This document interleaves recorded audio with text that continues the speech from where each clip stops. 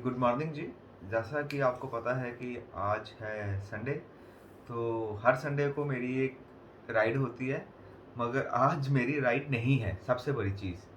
तो आपने भी सोचा होगा कि भाई वीडियो डाल रहे हैं तो पक्का इनकी राइड होगी, मगर आज मैं राइड नहीं कर रहा हूँ क्योंकि आज है आपका 24 अप्रैल और आज हमारे यहाँ पे हमारे पीएम मोदी जी की रैली भी है, उसको लेके काफ़ी यहाँ पे मतलब स्ट्रिक्टनेस है।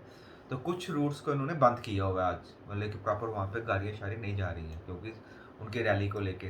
तो उसी के लिए मैंने फिर रात की राइड मैंने अपनी कैंसिल की राइड मैंने। तो आज मैं आपसे कुछ अपना एक्सपीरियंस शेयर करना चाहूँगा राइडिंग को लेके ही, कि आपको किस तरह से राइड करना चाहिए, आपको कौन सी मतलब कि टाइमिंग पे निकलना चाहिए और आपको एक दिन में कितनी से कितनी राइड करनी चाहिए, और अगर सोलो राइडर है तो आपको कितनी राइड करनी चाहिए। तो करते हैं स्टार्ट जी। सबसे पहले तो मेरे पास, आपको जैसा कि पता ही सबको कि मेरे पास, तो जी करते हैं स्टार्ट। तो जैसा कि आपको पता ही है कि मेरे पास तो द रॉयल एनफील्ड 350 सीसी का मोटरसाइकिल है। तो मेरे को तो सबसे बेस्ट वही लगता है चलाने में। और शायद हो सकता है कि टाइम डाल के जब मेरे पास थोड़ा बजट बनेगा तो शायद उसको मैं चेंज भी करूँगा, कभी ना कभी चेंज भी करने की सोचूंगा। मगर अभी तक तो बिल्कुल 3 साल हो गया मुझे लिवर्स को, तो अभी तक बिल्कुल ठीक चल रहा है, कोई प्रॉब्लम नहीं है। हाँ ये है कि अगर आप राइड कर रहे हो तो आपको बीच में इसका, जैसे कह सकते हैं कि चेन सेट, जब उसके टायर को चेंज कर दे, टायर को आपका tubeless tyre, first of all आपको जो टायर्स जो है उनको ट्यूबलेस रखना चाहिए, ताकि अगर भगवान ना करके आपका मोटरसाइकिल पंचर भी हो जाए तो ट्यूबलेस टायर का ये होता है कि आपको 20 30 40 50 किलोमीटर तक आराम से आप जो है राइड कर सकते हो। ट्यूब वाला टायर होगा तो फिर तो आपके लिए मुश्किल हो जाएगा बड़ा ज़्यादा मेरे भाई लोग। मैंने देखा कई लोगों को कि उनका ट्यूबलेस टायर होता है, तो मतलब कि रास्ते में कोई पंचर हो जाए, तो अगर कोई पंचर लगाने की दुकान ना मिले तो उनको काफ़ी दिक्कत होती है। और हाँ, अगर ट्यूबलेस टायर है आपका तो साथ में आप जो है पंचर किट और एयर पंप को ज़रूर साथ रखें अपने। मैं आपको यही बोलना चाहूँगा, मैं बहुत ज़रूरी है अगर आप कहीं लॉन्ग राइड पे जा रहे हो तो। अगर ट्यूबलेस टायर फिर भी आपको रखना चाहिए साथ में। और दूसरा सबसे बड़ी चीज़ ये है कि मैंने देखो आजकल काफ़ी लोग जो है राइडिंग को लेके अपने जो है वीडियोस बना रहे हैं, मगर वीडियोस बना रहे हैं यार, मगर एक चीज़ देखिए, मैंने देखा था कि पीछे एक मैंने यूट्यूब पे देखा मैंने कि कुछ लोगों ने अपनी वीडियोस में आपको, मैं आपको उसकी वीडियो भी कुछ भेजूंगा आपके, जो कि लड़के विल्ली स्टंट्स मार प्रे हाँ, हमें छाप रे हाँ, हमें छाप रे हाँ, हाँ, हाँ। आप खुद तो स्टंट मारो मगर दूसरों की जान क्यों आप लोग जोखिम में जा ले रहे हो। मतलब ये सब स्टंट मारने हैं किसी अलग साइड पे जाके मारो, नेशनल हाईवे के ऊपर या हाईवे के ऊपर आप स्टंट्स मार रहे हो। मतलब उसमें क्या जो पीछे आप तो स्टंट कर रहे हो, जो पीछे से गाड़ी लेके आएगा वो क्या करेगा, वो गलत है। प्लीज़ प्लीज़ प्लीज़ मैं आप लोगों को यही बोलना चाहता हूँ, स्टंट कीजिए मगर एक एरिया देखिए आपको कहाँ पे स्टंट करना है, उस जगह जाके स्टंट। ये नहीं है कि जहाँ मतलब कि आपको जगह मिली वहीं आप स्टंट लगाना स्टार्ट कर दीजिएगा। मतलब कि बाइकिंग की रेसिंग स्टार्ट कर, अगर आप बाइकर हैं तो बाइकर की तरह आप गाड़ी चलाना सीखिए, बाइकर्स जैसे गाड़ी चलाते हैं, प्रोफेशनल बनिए। ये नहीं है कि मतलब कि अपनी मर्जी से स्टंट लगाना स्टार्ट कर दिया, ये करना स्टार्ट कर दिया। और कई लोगों ने तो अपने हर वो कहते हैं ना सिलेंसर भी चेंज किए हुए लोगों ने, और इतने गंदे गंदे सिलेंसर लगाए हुए उन्होंने, खास तो रॉयल एनफील्ड के ऊपर मैंने देखा है कि आजकल चल रहा है पटाखा वाला सिलेंसर आ रहा है, जो पटाखा सिलेंसर, वो पता नहीं इसको ऑन ऑफ करते हैं तो सिलेंसर में से पटक पटक पटक इस तरह की आवाज़ आती है।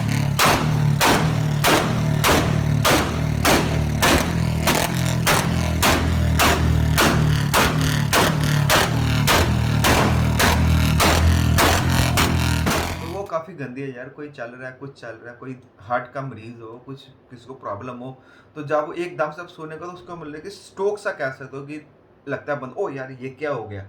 और यार इस चीज़ को थोड़ा सा अवॉइड कीजिए यार, आप लोग राइडर्स हैं, राइडर्स की तरह चलिए आप, इस तरह मत कीजिए। इस तरह क्या कि हम लोगों की बेइज्जती है इस चीज़ में।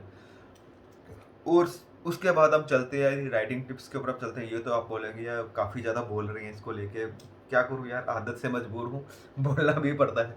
और उसके बाद चलते हैं राइडिंग के ऊपर। राइडिंग अब जब भी स्टार्ट कीजिए आप, तो आपको थोड़ा सारा, अगर आपकी लॉन्ग राइड है तो आप थोड़ी जल्दी निकलने की कोशिश कीजिए। जैसे कि मेरी राइड जब 300 किलोमीटर है, जैसे कि मेरी आराम से 250 300 किलोमीटर की राइड मेरी होती है, तो तब मेरी कोशिश होती है कि घर से मैं 4 5 5 साढ़े 5 बजे निकल जाता हूँ। मतलब 5:30 लास्ट 6 बजे से पहले पहले मैंने घर से मैंने निकलना होता है, जो मर्जी हो जाए। तो उसके बाद मतलब कि जाते समय पूरे अपने मतलब की लोकेशन देखता जाता हूँ, यहाँ या मेरे को इस पॉइंट पे मेरे को जाके शूट करना है, या आते समय तो कुछ शूट्स मैं जो कि जाते समय करता हूँ, और कुछ शूट्स जो है कि मैं आते समय करता हूँ, ताकि पहली मेरी होती है कि अपनी मंजिल पे पहुँच के जो मैंने मंजिल रखी होती है कि मुझे यहाँ पे जाके शूट करना है, मैं उसको शूट करता हूँ, उसके बाद मैं आगे चलता हूँ उसके बाद में। तो उसके बाद हम चलते हैं आगे जी, स्टॉप कर दो। तो चलिए जी, अब हम चलते हैं अपने पॉइंट नंबर 4 के ऊपर। पॉइंट नंबर 4 हमारा आता है जी राइडिंग गियर्स को लेके। तो जो भी भाई लोग राइड्स कर रहे हैं, या जो मेरे फ्रेंड्स राइड्स कर रहे हैं, मैं उनको यही बोलना चाहूँगा कि आपको राइडिंग गियर्स डाल के चलना चाहिए। वो आपकी सेफ्टी है। उसमें आपका आता है राइडिंग पैंट्स आता है, राइडिंग पैंट आ गया, राइडिंग जैकेट्स आ गया, राइडिंग एल्बोस आते हैं, नीस आते हैं, राइडिंग शूज़ आते हैं आपके। आप डिपेंड करता है कि आप किस तरह से राइड कर रहे हैं। जैसे कि मैं तो अपनी राइड के ऊपर जब भी जाऊँगा, मैं राइडिंग जैकेट मैंने डाली होती है। और अगर मेरी किसी लॉन्ग राइड पे जा रहा हूँ, तो फिर मैं जो है राइडिंग शूज़ डालता हूँ। अदरवाइज़ मैं राइडिंग शूज़ के बगैर नॉर्मल शूज़ डाल के ही चलना पसंद करता हूँ। अगर कोई पहाड़ी सफ़र है, कोई हिली रास्ता कोई है, तो वहाँ पे मैं जो है कंप्लीट राइडिंग गियर सब डाल के, हालाँकि राइडिंग पैंट मेरे पास नहीं है, मैं सिंपल पैंट के ऊपर राइडिंग स्नीक लगा के चलता हूँ। और अगर आप साथ में आपको एक क्या कहती है, एक बैग रखिए, बैग में एक पानी की बॉटल और फर्स्ट एड किट आपके पास ज़रूरी है, मेडिकल किट होनी चाहिए आपका, जिसमें आपको डिटोल कह सकते हैं कि कॉटन पट्टी, और साथ में कोई एंटीबायोटिक भी, और साथ में कोई क्या क्या बोलते हैं उसको, सिपरेट सिपरेट टाइप कुछ रखो साथ, भगवान ना करे कभी कोई इंसिडेंट हो भी जाए, तो आप फटाफट अपने आप को या किसी को आप सेव कर सके, कुछ किसी को आप सेव कर सके। और राइडिंग, और आप चलते हैं जी पॉइंट नंबर 5 के ऊपर कि आपको राइडिंग के लिए आपको क्या क्या चाहिए, ये मैं आपको बताना चाहूँगा। राइडिंग के लिए आपको तो एक तो आपको चाहिए राइडिंग गियर्स, तो मैंने बोला ही आपको राइडिंग गियर्स चाहिए आपको। उसके बाद अब मैं शुरू से ही बोलूँगा, ठीक है जी। तो चलो जी, आप चलते हैं हम अपने पॉइंट नंबर 5 के ऊपर। पॉइंट नंबर 5 हमारा आता है जी, हमें जब आप राइड कर रहे हो तो आपको राइडिंग्स के लिए आपको क्या क्या चाहिए साथ में। अगर आप राइड कर रहे हैं तो आपको, जैसे कि मैं पॉइंट नंबर 4 में तो मैं बोल ही चुका हूँ कि आपको राइडिंग गियर चाहिए। और उसके बाद फर्स्ट सबसे बड़ी चीज़, आपको एक अच्छी सी हेलमेट चाहिए। हेलमेट आपकी सेफ्टी है। अगर आपके पीछे कोई बैठा है, तो उसको भी अच्छी हेलमेट लेके दीजिए डालने के लिए, जब उसके पास होनी चाहिए।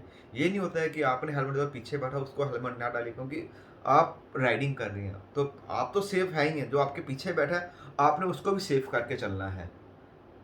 आप मेरी बात को समझ रहे होंगे कि मैं क्या बोल रहा हूँ मैं।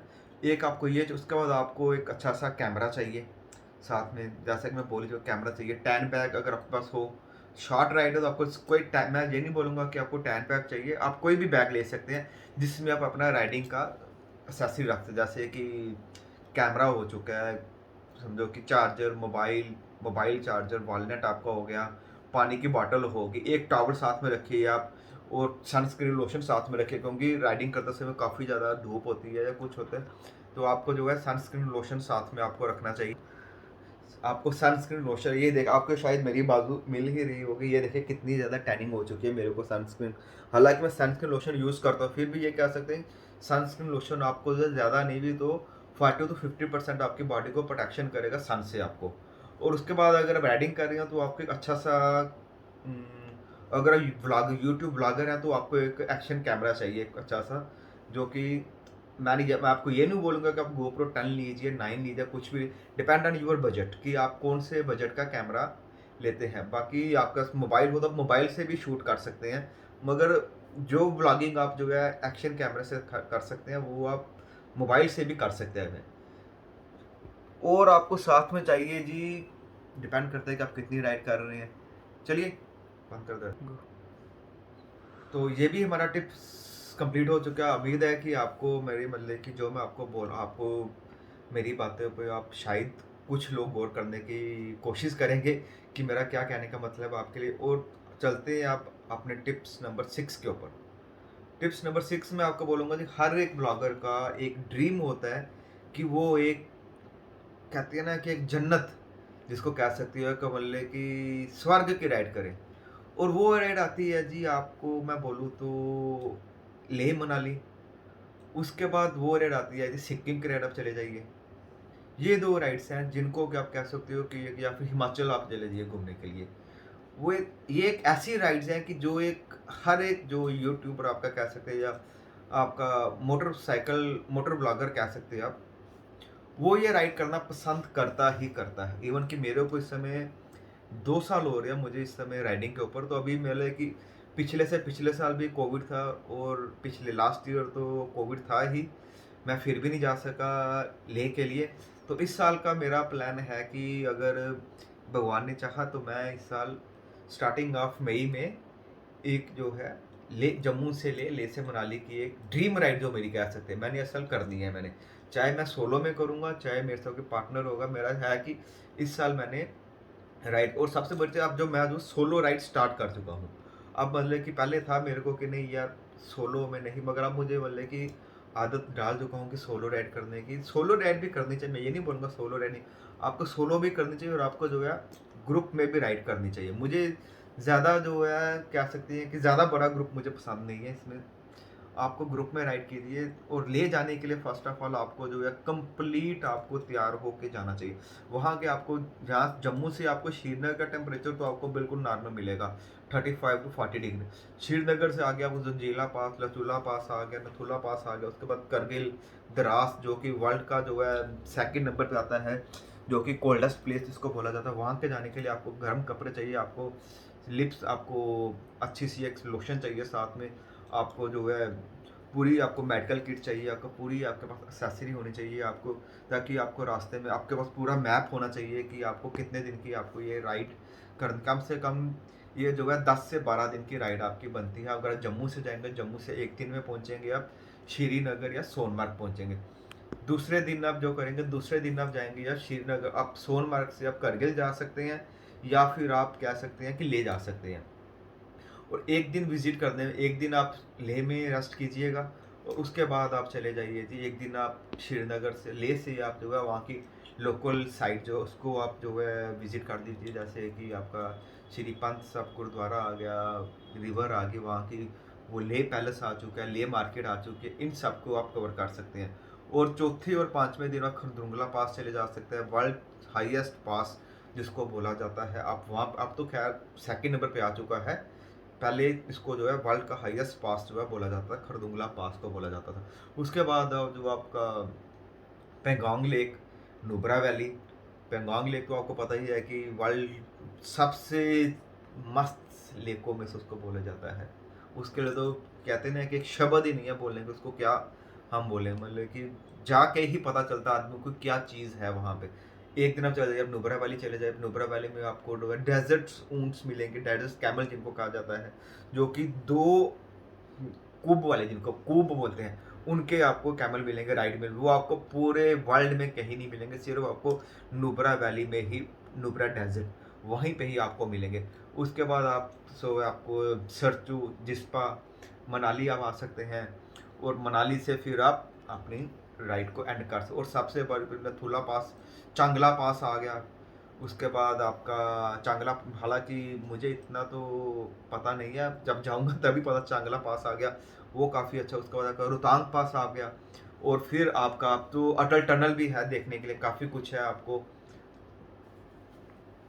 चलिए जी, जैसा मैं आपको बोल चुका हूँ कि हो सकता है कि फर्स्ट वीक ऑफ मई में आपको मेरी ले की राइड देखने को मिलेगी। तो हालांकि वीडियो तो चलिए जब राइड को आपको बताऊंगा, मैं ले का पूरा ब्लॉग तैयार कर बताऊंगा। किसके बाद बहुत जल्द आपके डेडिकेट वीडियो आपको बना के मैं इसके बाय पार्ट्स आपको, क्योंकि एक बार में इतनी बड़ी वीडियो कभी तैयार हो नहीं सकती। 15 दिन की वीडियो एक ही बार में आप देख सकें, आपको बाय पार्ट्स में डेडिकेट वीडियो बना के दिखाना चाहूँगा। होप कि यार प्लीज़ प्लीज़ प्लीज़ यार यही बोलूँगा यार, सबसे बड़ी चीज़ बी सेफ राइड। अपनी राइड जब भी कीजिए सेफ राइड कीजिए। और ये मत देखिए कि यार किसी के मतलब कि कोई तेज़ जा रहा है तो हमने तेज़ जाना है। आपने जितना आप अपनी स्पीड से गाड़ी चलाइए। मैं काफ़ी लोगों को देखते हो जो कि स्पीड के चक्कर में अपना एक्सीडेंट कर देते हैं या किसी को हिट कर देते हैं, ऐसा मत कीजिए बिल्कुल भी। और चैनल का नाम तो आपको पता ही है कि मुकेश एक्सट्रीम राइडर के नाम से मेरा चैनल है, उसको लाइक कीजिएगा। और अगर कोई भाई मेरे साथ इस बार ले राइड के ऊपर चलना चाहे तो मुझे आप कमेंट बॉक्स में जाके मुझे आप मैसेज कीजिए, ताकि मैं अपनी राइडिंग को तैयार कर सकूँ। होप मिलते हैं आपको बड़ी जल्दी मेरी एक नई वीडियो के साथ। So take care.